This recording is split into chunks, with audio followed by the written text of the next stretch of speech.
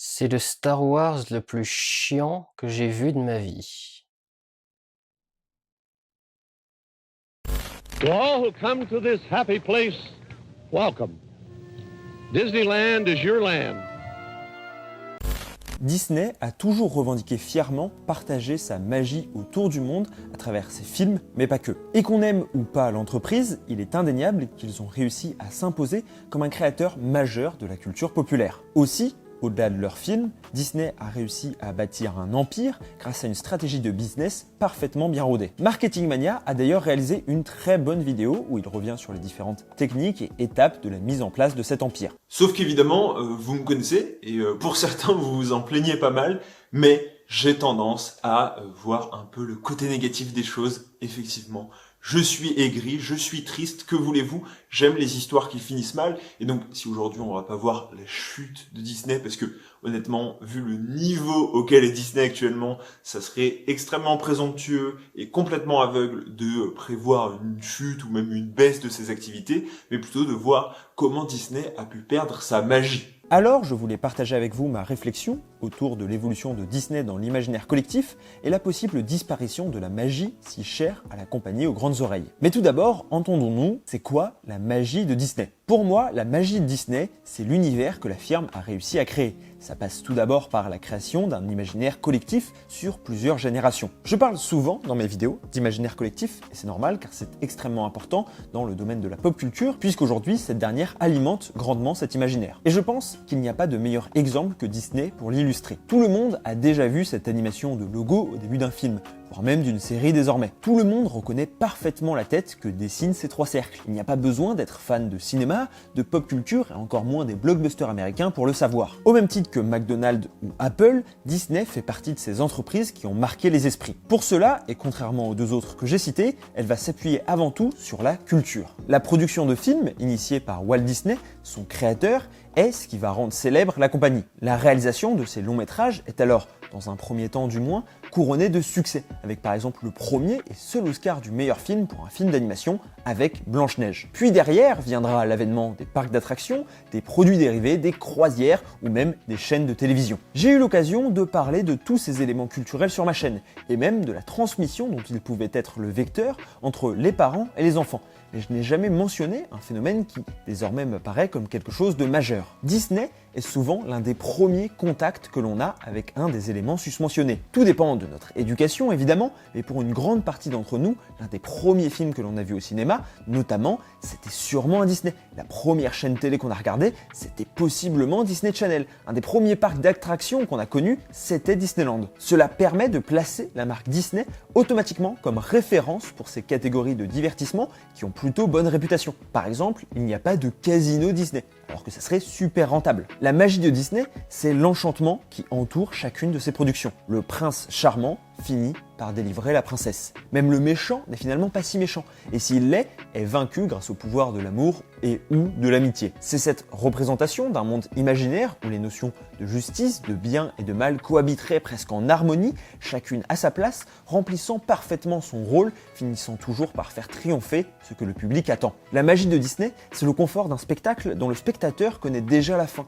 mais dont les détails sont tellement travaillés qu'il arrive à capter l'attention des plus jeunes, mais aussi des plus âgés. D'ailleurs, il y a pas mal d'études intéressantes qui ont été faites sur les films Disney et l'impact surtout que pouvaient avoir les films Disney sur le public et notamment le public jeune qui le regarde, notamment sur même les personnages féminins. Il faut savoir que les personnages féminins, même dans les films où elles ont le rôle titre, comme La Petite Sirène par exemple, ont moins de 30% du temps de parole. C'est-à-dire que dans les films comme La Petite Sirène ou même Cendrillon, etc., c'est des films où les femmes parlent quand même moins que les hommes. Dans le même genre aussi, une étude avait été faite par Sarah Coyne autour du développement justement de complexes pour les jeunes filles qui regarderaient les princesses. Et au début, elle avait conclu à justement un lien entre la baisse de l'estime de soi chez les petites filles qui étaient particulièrement attachées aux princesses lorsqu'elles avaient 5 ans, mais 5 ans plus tard, ou même 10 ans plus tard, elle a refait la même étude, elle a suivi ces jeunes filles, et elle s'est rendue compte qu'en fait, c'était aussi ces jeunes filles qui étaient les plus engagées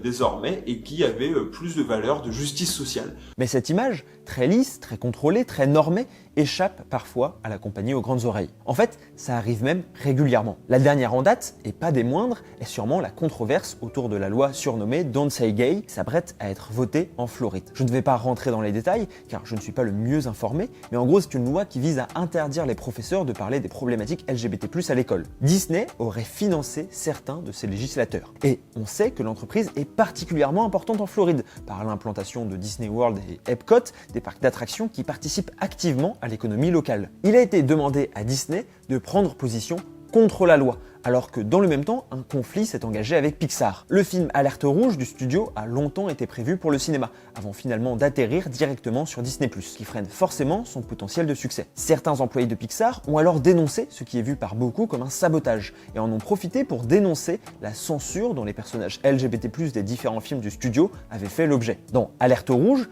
mais également dans Buzz l'éclair, qui s'annonce comme le gros morceau de l'année pour Disney. À cela, il faut aussi ajouter d'autres polémiques, avec une portée parfois plus faible. Je pense à l'histoire avec les 7 nains de l'adaptation live-action de Blanche-Neige qui avait été dénoncée par Peter Dinklage, ou encore les critiques émises à l'encontre de Vaiana, accusée d'appropriation culturelle notamment. Je pourrais aussi revenir sur la mise à l'écart de Johnny Depp suite au scandale avec Amber Heard, et aussi son mauvais comportement lors du tournage du dernier film de la franchise Pirates des Caraïbes, dont les prochains devraient donc faire sans sa présence. Enfin, il y avait aussi eu la problématique des films censurés sur Disney+, ou avec un message d'avertissement. Après, il faut bien avoir conscience que ce n'est pas nouveau que Disney fasse face à des polémiques. En 1941, une immense grève avait eu lieu au sein des studios d'animation, laissant éclater un énorme conflit entre Walt Disney et ses équipes, notamment sur les conditions de travail. Walt, qui les considérait comme sa famille, ne comprenait pas cette remise en cause. Ces différentes polémiques, même si on vient bien de voir qu'elles ne sont pas nouvelles, loin de là, ont pu venir ternir l'image très lisse et propre d'une entreprise qui reste avant tout une entreprise, avec ses failles et ses polémiques. Après, ce dont j'avais envie de parler, c'est au-delà des scandales ou quoi, c'est de la structuration même de Disney. Dans sa vidéo, Marketing Mania s'appuie sur les exemples des rachats de Lucasfilm, Marvel ou encore Pixar, et enfin la Fox, pour montrer à quel point, d'une perspective purement business, ces acquisitions sont intéressantes pour Disney. Et je ne peux qu'acquiescer à ce niveau-là, mais je me dois d'y ajouter un bémol. La présence de Disney dans toutes ses licences, et désormais même au sein du catalogue de la Fox, peut aussi poser un problème à l'entreprise. En effet, si avant un film Disney était extrêmement reconnaissable par les valeurs ou encore l'esthétique qui était mise en évidence par les différentes œuvres, c'est aujourd'hui beaucoup moins le cas. Est-ce qu'un film Marvel est vraiment un Disney ? Est-ce qu'un film Pixar est vraiment un Disney ? À force de s'immiscer partout, la compagnie aux grandes oreilles a fini par diluer sa patte, au point de fermer son studio d'animation 2D, qui a pourtant fait son succès à l'origine après l'échec de La Princesse et la Grenouille. À cela, il faut ajouter des remakes à la chaîne. Encore une fois, Marketing Mania y voit un bon moyen d'exploiter le filon nostalgique qui inonde Hollywood et dont on aura l'occasion de reparler ici. Mais moi, j'y vois l'abandon total de la rareté et surtout du caractère unique qui rendait si spécial ces films. Comme il le rappelait, ces films classiques étaient ressortis tous les 7 ans au cinéma pour créer l'événement. De même pour les éditions cassettes et DVD assez rares dans un premier temps, qui avaient fait se développer l'expression du Disney Vault, à savoir le coffre-fort de Disney qui garderait bien au chaud ses œuvres justement pour garder cet effet de rareté. Les suites pourries en direct ou DVD ont déjà participé à réduire cet aspect quasiment mythique de certaines œuvres, cependant leur sortie restait assez confidentielle. Sauf que maintenant, les remakes live-action au budget faramineux, ce qui était surnommé le Disney Vault, ne s'est pas simplement ouvert, mais a volé en éclats. Certains y voient simplement un trou noir artistique, mais Disney en a déjà connu après la mort de Walt ou encore au tournant des années 2000. Pour moi, c'est presque encore pire, puisque c'est leur catalogue qui risque à terme d'être démystifié. Malgré ses nombreux défauts, et il conviendra de ne pas les oublier, Walt Disney permettait une continuité à l'entreprise dans la production de ses films, mais aussi dans son extension à d'autres domaines d'activité comme les parcs. Désormais, et c'est tout à fait normal, le parc répond à d'autres logiques que la lubie d'un homme qui, aussi imparfait soit-il, avait le mérite d'avoir une vision, un peu comme Apple avec Steve Jobs. Cela ne signifie pas que l'entreprise risque de disparaître, ou plutôt de n'intéresser personne, mais c'est plutôt son aura qui va être atteinte. Et d'ailleurs, il y a certains domaines qui pâtissent un peu de cet élargissement parfois trop important de Disney. Tout le monde avait peur que Star Wars se Disneyise et se devienne trop lisse, trop gentil, sans combat, etc. Et en fait, c'est pas ça ce qui s'est passé. Et effectivement, Star Wars s'est Disneyisé, mais au sens où il est devenu un tel empire qu'en fait, ça a fait perdre, pareil, tout son côté de rareté dont je parlais et toute l'attention. Je me souviens la folie que c'était quand Star Wars 7 est sorti au cinéma, et je me souviens aussi l'absence totale de hype de tout le monde quand Star Wars 9 est sorti. Et entre-temps, ce n'est pas forcément que Star Wars est devenu plus lisse, mais simplement qu'il a perdu justement de sa magie, notamment à mon avis à cause de la stratégie de Disney qui était d'inonder tous les médias et tous les canaux de communication possibles de Star Wars. Finalement, j'en viens presque à me demander si en réalité, c'est pas la société qui a changé bien plus que Disney. On a vu et traité en profondeur l'apparition sur le devant de la scène, y compris au sein de la pop culture, de nouvelles problématiques sociales. Si les films de Mickey sont confrontés à des problèmes de représentation, LGBT+, notamment, ce n'est pas que les personnes LGBT+, n'existaient pas avant, ou que leur traitement était meilleur avant. Simplement, c'était une problématique quasiment oubliée ou dont personne ne parlait. On vit dans un monde engagé, où le public demande à son entreprise productrice de divertissement de s'engager en faveur des luttes sociales, à l'image de ce que peut faire Netflix. Mais comment le faire pour Disney, dont, on va pas se mentir, le succès est en partie basé sur un modèle de famille et de succès issu d'une autre époque aux normes très circonscrites? Et comment le faire quand une grande partie des conservateurs sont de grands consommateurs de Disney? Comme l'avait dit Michael Jordan,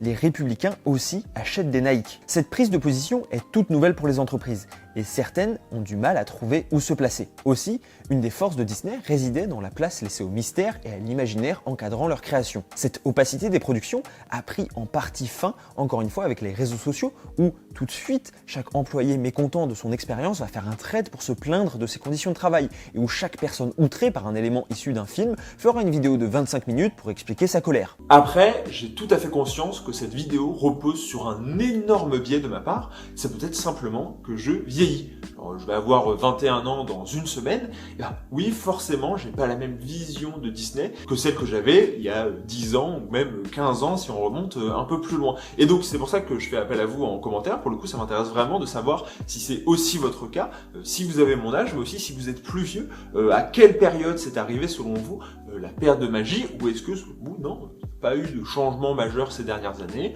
Disney est comme avant, soit il n'a jamais eu de magie, soit il en a toujours autant, parce que j'ai conscience que effectivement ça peut être simplement mon cheminement personnel, le fait que je m'ouvre de plus en plus à d'autres types de films, à d'autres types de séries, à d'autres types d'éléments culturels qui me font relativiser un peu peut-être l'aura que je mettais autour de Disney. Même si, pour être tout à fait honnête, j'ai jamais été un fan de Disney. Aussi, en 1917, Max Weber soumettait l'idée d'un désenchantement du monde, selon laquelle les croyances spirituelles reculaient dans nos sociétés occidentales à mesure que le rationalisme et le pragmatisme prenaient le pas. Je me permets modestement de m'inscrire dans la lignée de Max Weber, en diagnostiquant un redésenchantement de notre monde, mais plus sur les éléments culturels. Il y a une volonté de démystifier, prouver au magicien qu'il y a un truc derrière son tour, et que son histoire, bien que plaisante, reste trop belle pour être vraie. Certains y verraient une aigreur, pourtant je pense que c'est plus complexe que ça. C'est une déconstruction, sans forcément la connotation politique qu'on lui a donnée ensuite, des codes culturels. Pourquoi la princesse devrait être sauvée? Pourquoi le héros devrait être un jeune homme blanc, musclé et grand? Encore une fois,